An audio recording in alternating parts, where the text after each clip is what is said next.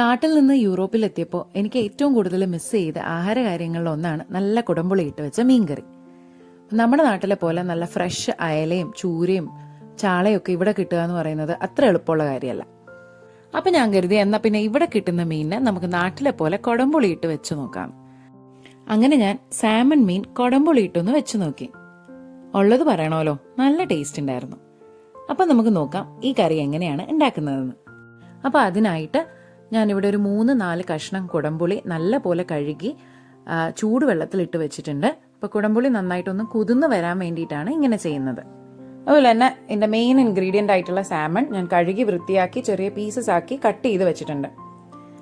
ഇനി ഈ മീൻകറി ഉണ്ടാക്കാനായിട്ട് അടികട്ടിയുള്ള ഒരു പാത്രത്തിലേക്ക് 3 ടേബിൾ സ്പൂൺ വെളിച്ചെണ്ണയാണ് ഒഴിക്കുന്നത്. അപ്പോൾ വെളിച്ചെണ്ണ ഒന്ന് ചൂടായി വരുമ്പോഴത്തേക്കും അതിലേക്ക് ഒരു 1/2 ടീസ്പൂൺ കടുക് ഇട്ട് കൊടുക്കാം.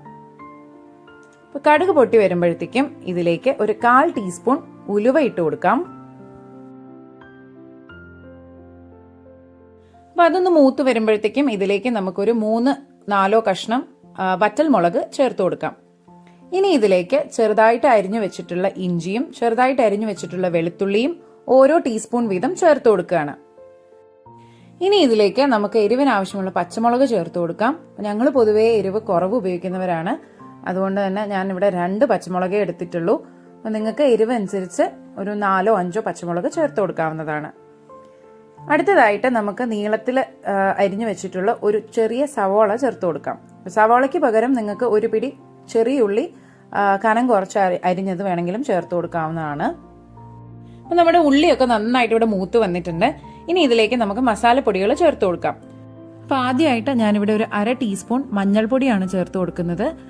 അപ്പം അതിൻ്റെ കൂട്ടത്തിൽ തന്നെ നമുക്ക് 1 ടീസ്പൂൺ മുളക് പൊടി ചേർത്ത് കൊടുക്കാം. അപ്പം ഞാൻ നല്ല എരിവുള്ള മുളക് പൊടിയാണ് എടുത്തേക്കുന്നത്, അതുകൊണ്ട് 1 ടീസ്പൂണേ ചേർക്കുന്നുള്ളൂ. അപ്പോൾ കാശ്മീരി മുളക് പൊടിയൊക്കെയാണ് എടുക്കുന്നതെങ്കിൽ നിങ്ങൾക്ക് ഒരു 3 ടീസ്പൂൺ വരെ ചേർത്ത് കൊടുക്കാം. അപ്പം അത് ചേർത്തിട്ട് നമുക്കിത് പച്ചക്കുത്ത് മാറുന്നത് വരെ നമുക്ക് നല്ല പോലെ ഒന്ന് വഴറ്റിയെടുക്കാം. അടുത്തതായിട്ട് ഇതിലേക്ക് 1/2 ടീസ്പൂൺ മല്ലിപ്പൊടിയാണ് ചേർക്കുന്നത്. അപ്പോൾ മല്ലിപ്പൊടിയുടെയും പച്ചക്കുത്ത് മാറുന്നത് വരെ ഒന്ന് വഴറ്റിയെടുക്കണം. ഇപ്പൊ നമ്മൾ ചേർത്ത മസാലപ്പൊടികളുടെയൊക്കെ പച്ചമണം മാറി നന്നായിട്ട് വഴണ്ട് വന്നിട്ടുണ്ട്. ഇനി ഇതിലേക്ക് അരിഞ്ഞു വെച്ചിട്ടുള്ള മീഡിയം സൈസിലെ ഒരു തക്കാളി ചേർത്ത് കൊടുക്കാം. അപ്പൊ തക്കാളിയും നല്ല പോലെ നമുക്കൊന്ന് വഴറ്റിയെടുക്കണം. ഇനി തക്കാളി പെട്ടെന്ന് വേവാനായിട്ട് നമുക്ക് അതിലേക്ക് ഒരു 1/2 ടീസ്പൂൺ ഉപ്പ് ചേർത്ത് കൊടുക്കാം.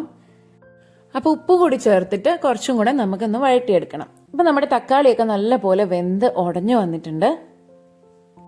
ഇനി ഇതിലേക്ക് നമ്മൾ കുതിർക്കാൻ വെച്ചിട്ടുള്ള പുളി ആ വെള്ളത്തോടു കൂടി തന്നെ ചേർത്ത് കൊടുക്കാം. അടുത്തതായിട്ട് നമുക്കിതിലേക്ക് മീൻകറിക്ക് ആവശ്യമായിട്ടുള്ള വെള്ളം ചേർത്ത് കൊടുക്കാം.